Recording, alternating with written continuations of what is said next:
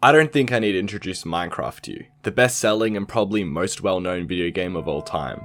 It's infatuated players since its launch in 2009 with its sandbox building gameplay, but one of the most interesting parts of the game to me is the hidden mysteries that players find and report online. Rumours about hauntings in the game, stories about entities living in Minecraft, and probably the most prevalent, creepypastas, or what can be explained as horror-focused internet legends that are based in intrigue and fear of the unknown or what could be hiding in Minecraft. In today's video, I'll be looking at an iceberg image that is meant to explain Minecraft horror and creepypastas. As we get further in the video and further down the iceberg image, the entities will become less known to most people. So, let's start at the top. This is the Minecraft horror iceberg.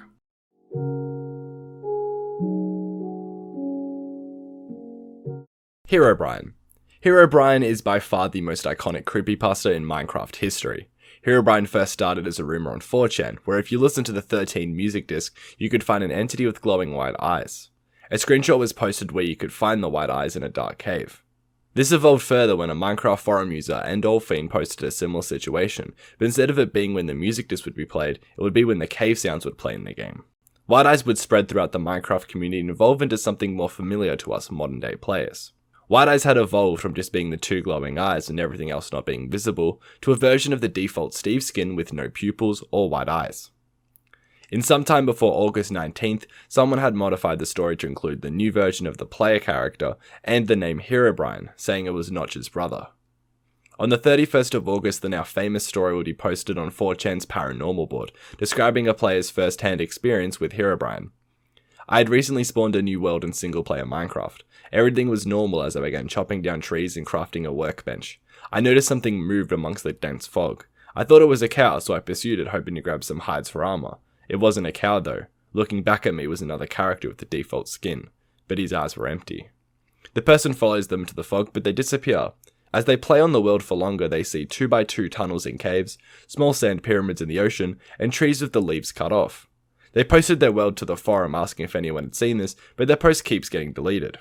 They received a message from an account named Herobrine telling them to stop. They later emailed Notch asking him if he had a brother, and he responded saying, "I did, but he is no longer with us."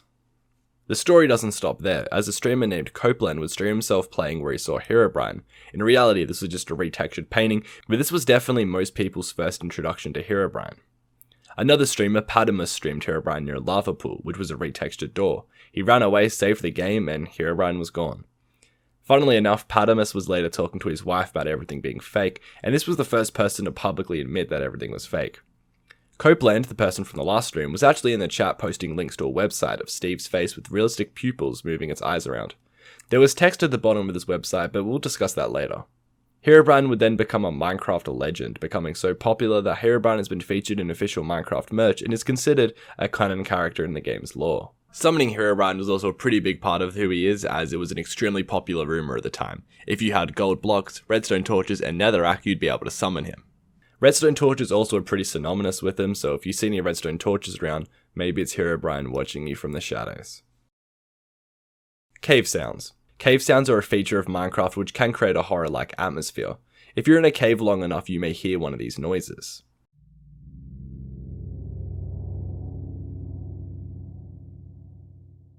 The way that it works is based on the current mood of the game. You can see this in the F3 menu. A simplified explanation of how this works is that the game will take a block in a 17x17x17 area around the player's eyes and calculate whether or not it should increase the mood every tick. If the block has skylight, it decreases the mood by 0.001 per skylight level, meaning a cave sound is less likely to play. If the block has a light above 1, it decreases the mood by the block light level -1 divided by 6,000. If the block light is 0, it increases the mood by 1 divided by 6,000. If you're in complete darkness, a cave sound will play every 6,000 ticks or every 5 minutes. I know this isn't explicit horror, but it's honestly one of the first things that I think of when I think of Minecraft horror. The Warden. The Warden is, in my opinion, the most horror-like aspect of vanilla Minecraft. The Warden, added in 1.19's The Wild update, is an extremely powerful mob that resides in the deep dark cave, made known by the skulk on the deep slate nearby. The mob has the most amount of melee damage of any mob in Minecraft, and attacks with a sonic ray for range attacks. The reason that the Warden is on this list is because of where you can find it, and the effects that it gives you. The Warden's biome, being the deep dark or an ancient city structure, will spawn below Y level 0, meaning a part of the world where light usually isn't seen beyond torches. On top of this, the warden will give you the darkness effect, limiting how much the player can see. The warden attacks only based on sound, so if you're silent you won't be found, but that creates even more suspense as even one small chest open can make the difference between life and death.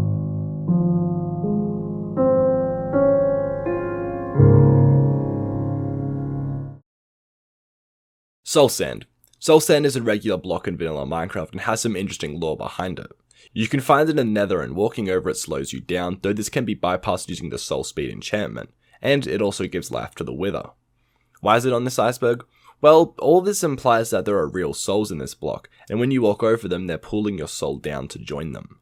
When you use the Soul Speed enchantment on them, if you turn around, you'll see souls coming out of the block, with the subtitle saying that the soul escaped when you walked over it. This is also how the Wither gains all of its power, using all the souls it's gathered. 11 and 13 lore. 11 and 13 are common music discs you can find in Minecraft. Instead of following the standard for a music disc, which would be, music, 11 and 13 are sound experiences.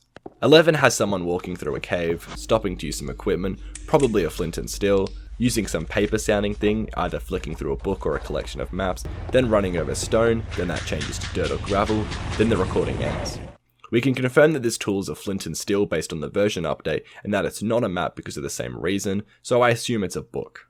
The disc ends at 1 minute and 11 seconds, which is pretty interesting to note. The disc was also the 11th disc added to the game, so there's definitely something significant about the number 11. Moving on, disc 13 is quite similar to 11. The player is in a cave, gets shot at or shoots someone twice, an arrow connects, and this is probably the player getting attacked. The audio cuts out, they get attacked by a creeper, fall into water, climb out, and then walk away. The most interesting thing about disc 13 is that the audio cut. This happens at 1 minute 30 seconds, and exactly 11 seconds later it comes back. There's the number again, 11. So what if we put disc 11 into disc 13, but where that cut is? Then the story starts to make a bit more sense.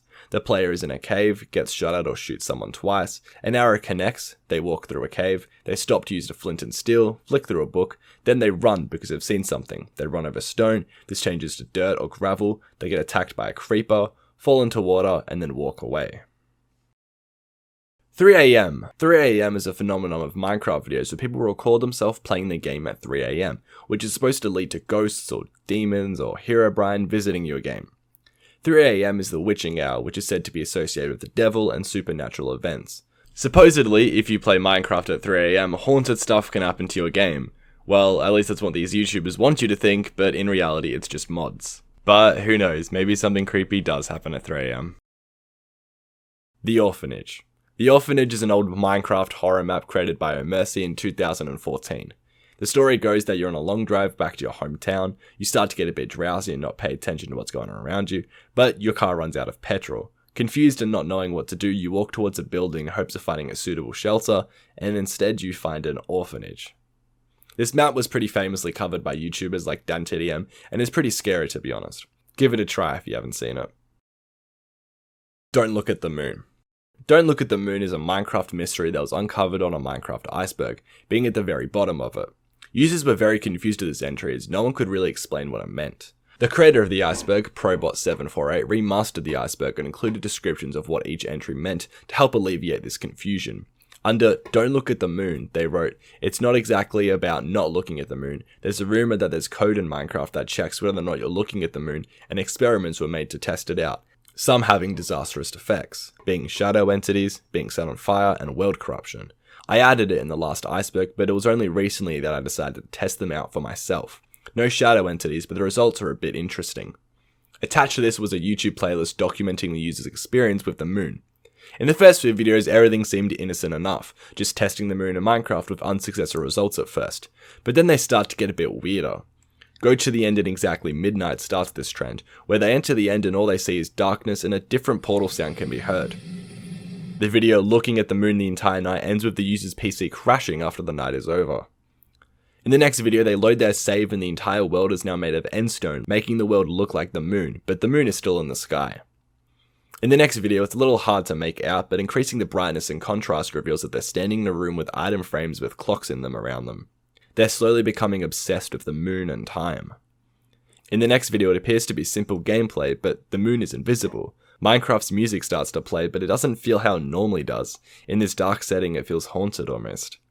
In the last few frames of the video, you can also see the player collect a clock. The next and last 3 videos all have the same title, Look at the Moon for the Entire Night, just like one of the earlier videos. There's a noise that can be heard in the first video, but I personally just think it's background noise and not a siren, but it could definitely be a siren.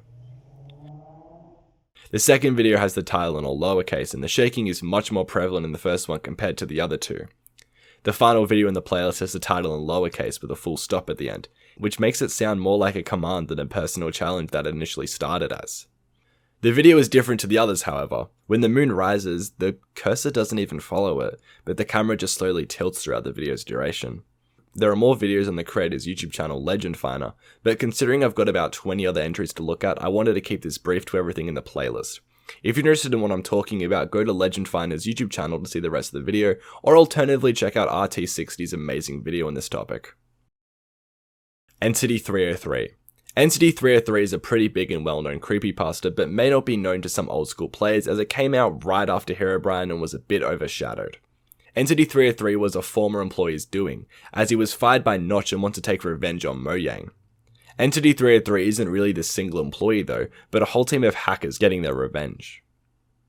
Entity 303 is a non-existent player that can access every server and causes glitches and destruction across them.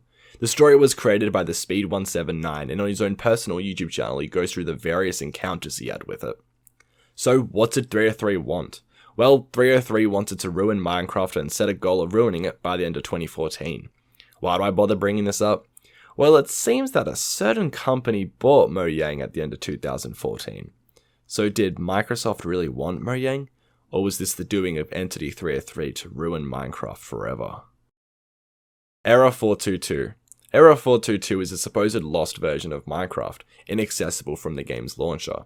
The update was supposed to rewrite the entire code of the game, which it did, but had a massive consequence of making the game's code come to life. When you open the update, the game's menu is entirely glitched out, but that's just the menu. When you go into the game, a multitude of random effects will happen to you.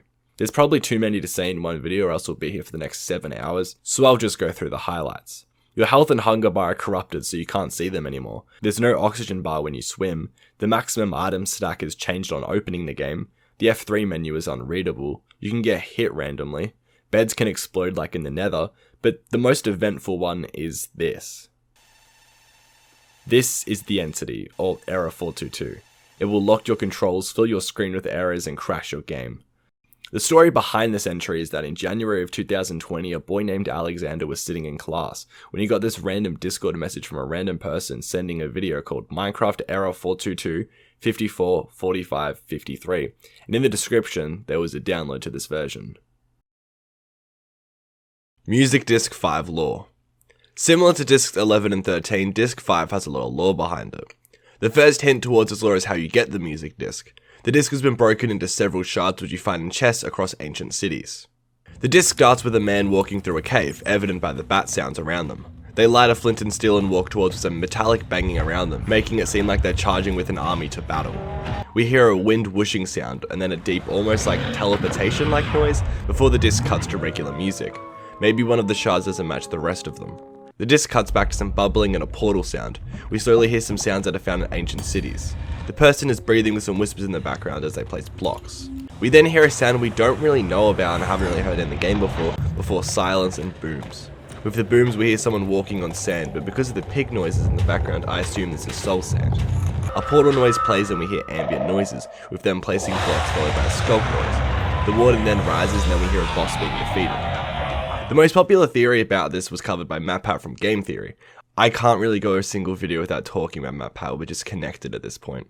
The disc tells the story of how the ancient builders of Minecraft found a way to fight the Wither, which was the Warden, as we hear the boss noise being defeated at the end, but it also nearly killed this old era of people, which pushed them towards living in the end.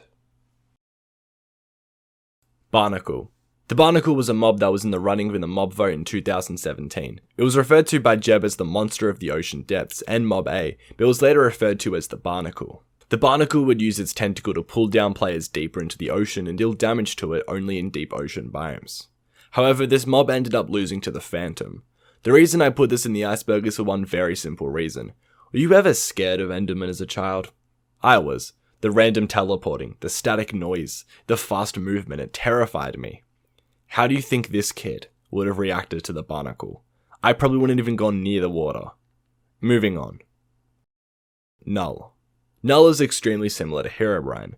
Josh was playing the Minecraft beta and saw an entity who acted very similar to Herobrine, but instead of the Steve skin, it was a completely darked out skin. It wasn't hostile, it never interacted with the player, and it just stood there, watching. Some time had passed and it seemed that the entity had just disappeared with updates.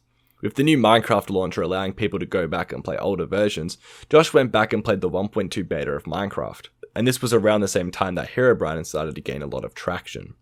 Josh was in a forest mining and saw a dim light in the corner of his eye. He followed it and saw a redstone torch. At the time, Josh passed this off as a prank at the developers about the constant pestering of Herobrine, and they continued home. At the door of their house was a sign that just said null on it.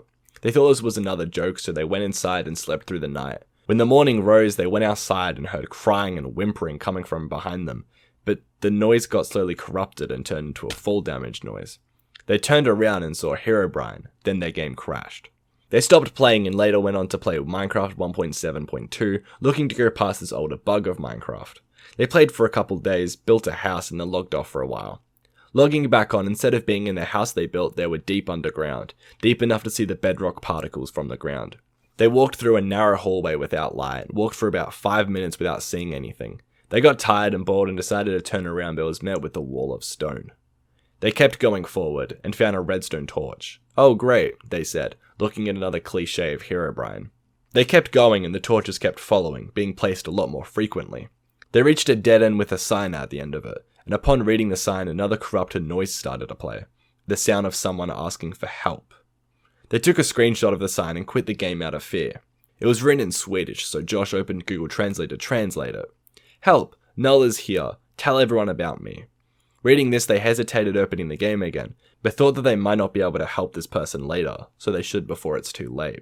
They opened the game and were teleported in the sky, held up by a single piece of bedrock and eye to eye with Herobrine. Herobrine was communicating through the chat, saying that they needed help. They weren't the evil entity haunting everyone in Minecraft, but this was all the doing of Null, and that Herobrine was actually the hero, trying to stop Null from taking over and ruining Minecraft. Notch.avi.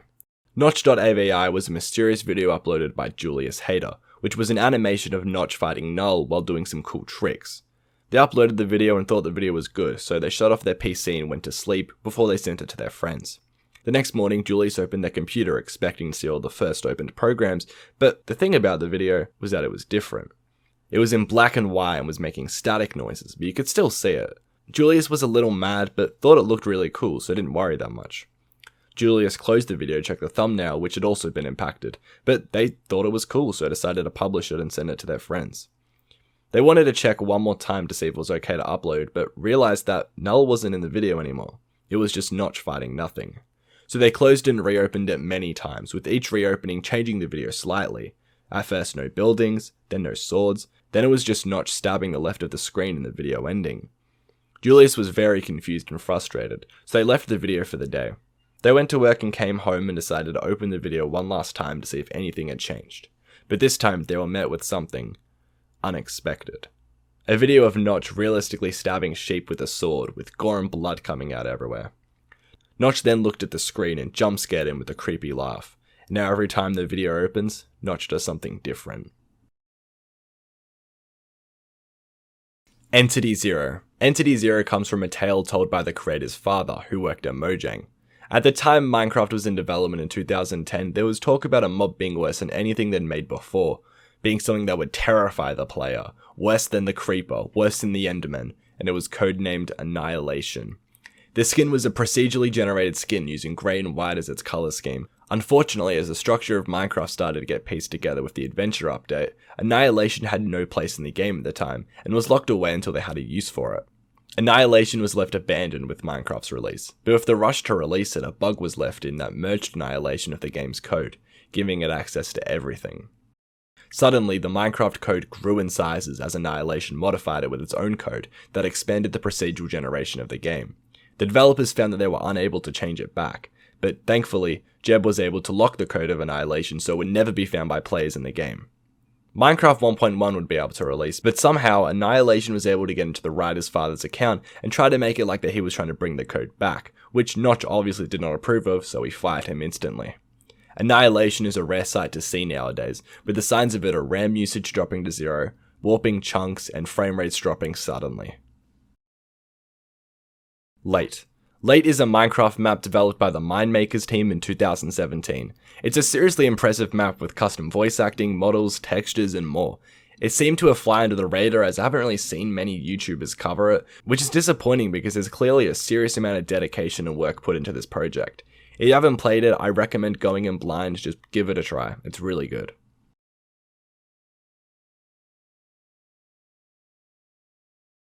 .exe. .exe is a horror game trope inspired by the likes of Sonic.exe, Sally.exe, or I Hate You. And they all have a lot of common elements such as corruption of a gaming icon, blood in the eyes, jump scares, this terrifying scream for some reason. I'm gonna eat it all before you even get there! And just general glitchiness or things being how they're not supposed to be.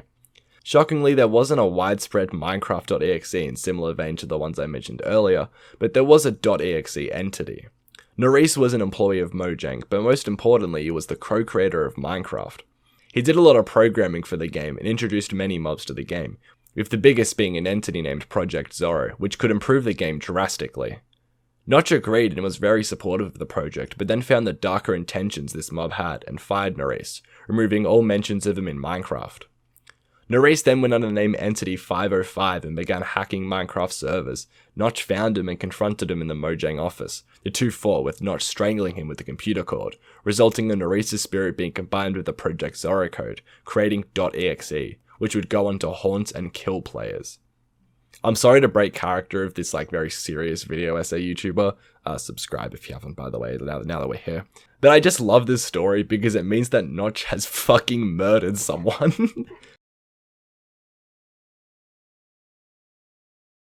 Sanity mod. The Sanity mod is a mod that implements the sanity system from the game Don't Starve into Minecraft. Doing things such as killing passive mobs, eating rotten flesh, and other bad foods will lower your sanity, but sleeping and eating good foods will increase the sanity of the player. With the lowered sanity, you can find ghost zombies, light seekers, which remove light sources, and in the dark, you'll see a pair of glowing eyes watching you. Into the Depths. Into the Depths is another Minecraft horror map created by SS33094. You play as an escaped convict who's running from the authorities. You stumble across a cobblestone path and become attacked by creatures who take you to a castle owned by King Arnold and has been abandoned for a very long time. By people at least, not those monsters. As usual, it is a very cool map and these are all free, so please go check them out and download them. There's a lot of effort and it's really scary, so just go play it, it's really awesome. 1241. 1241 is an entity that haunts servers and corrupts people's netherworld file. 1241 was first discovered by Jack on Minecraft version 1.12. Jack went mining for obsidian and went back to their house, but it wasn't how they left it. All the blocks have been replaced with nether-related blocks, like cobblestone being replaced with nether brick and wood being replaced with netherrack. The house is now empty besides a single shulker box with a signed book inside of it. They thought it was a friend messing with them, but no one was on the server. A user named 1241 joined the Hamachi LAN connector, which basically allowed people to join servers through Open to LAN. Jack tried removing it, but this ended in a blue screen of death on his PC. After a reset, Jack got back on the world, with 1241 being gone from the lobby. They joined the world and they were spawned in the nether roof, and could see a person staring at them in the distance. They pressed Alt F4, deleted the world save, and looked at the logs, which revealed that 1241 had corrupted their base world and the end world. They created 3 updates to their initial post, which one of them contained a text file with their full name and IP address in it, a second where their computer randomly opens text files with different codes and fonts on them, and the third update where they've sold their old PC and 1241 haven't haunted them since, but they feel as if it'll attack them again someday, but this time they'll be prepared. The Ambience. The Ambience is a story about how Steve is being controlled and all the events that play out in Minecraft were decided by someone else. It has heavy themes of free will and taking back or controlling your life, and it's a great little poem. My favourite line in it is probably, "You were once in a world. They changed your name and appearance. They took control of you. When they were not there, you were there." It's a great read and ties into a lot of themes that are seen in Deltarune, like you, the player, are the person controlling Steve, and Steve was a person before all this happened. It's pretty cool, and I definitely recommend reading the full thing. Ashen. Ashen is a Minecraft map created by Superset and Chopper2112, where you escape a haunted facility by killing monsters, but try not to go insane. It's a great horror experience and it's short and sweet as well. I think it's definitely one of the most unique horror maps Minecraft has seen. It's not just more story guided, more combat guided, so definitely give it a try like all the other ones. Bash 2313. Bash 2313 is a Minecraft hacker that haunts people's servers, with one of the first signs of them being in your world being a corrupted ore block. Bash 2313 can know where the player lives and send them their IP address, controls people's PC, and have unlimited control over servers. Signs that Bash 2313 is in your world are 10 by 10 long tunnels in caves, mines in weird areas, glitches to your game, your PC crashing, and a black figure standing on a hill. Minecraft Alpha 1.016 is a multi-video series on a YouTube channel with the same name based off of the version. This is in my opinion one of the most complex ARGs I've seen for Minecraft. It's very similar in quality to the Super Mario 64 beta archive if you're familiar with that, which is definitely a great watch if you haven't seen it. It's people recounting their experience with the version of Minecraft. I honestly think it's way too big of a topic for this Iceberg and would definitely be best explained in a solo video, so subscribe to see that as I'd love to cover it next time. It starts off with some kids seeing an entity in Minecraft and trying to hunt it down, with developer jars being involved and so many other story points. I definitely recommend checking it out. It's very interesting and I'll be doing a video on it eventually. Wake Up. Included in that Herobrine website from earlier was a text story called Wake Up. It has been reported that some victims of torture during the act would retreat into a fantasy world where they could not wake up from. In this catonic state, the victim lived in a world just like their normal one, except they weren't being tortured. The only way the victims realized they needed to wake up was a note they found in their fantasy world. It would tell them about the condition and tell them to wake up. Even then, it would often take months until they were ready to discard their fantasy and consider waking up. This definitely goes into the idea that the Minecraft world that you play in is often a fantasy, and the real story is something else. If this interests you, I'd like to advise a trigger warning if you consider researching this story further, as the original excerpt contains mentions of sexual assault. I really enjoyed this story. The whole concept of waking up is very interesting to me. Maybe Minecraft is like that, we don't really know. There's not much we know about the story of Minecraft, like who is Steve, so this could definitely be something, but I doubt it'll be that dark. I'm adding this during editing, so if my audio sounds horrible, it's because I woke up about 20 minutes ago. The original version of Wake Up, as I said earlier, does contain mention of sexual assault and has a few lines changed, but the most interesting thing about it was that it wasn't even written for Herobrine or Minecraft Creepypastas. It was published to creepypasta.com in 2008, which was years before the entire Broadcraft streaming event, so this piece of literature was just kind of attached to this whole event, and really has nothing to do with Minecraft at all. Hi, thanks for watching this new style video I'm doing. I really hope you enjoyed it. If you did, please subscribe, and if you didn't, give me some feedback. I want to try something new. Anyway, thanks for watching as usual, and I'll see you in the next video. Bye bye.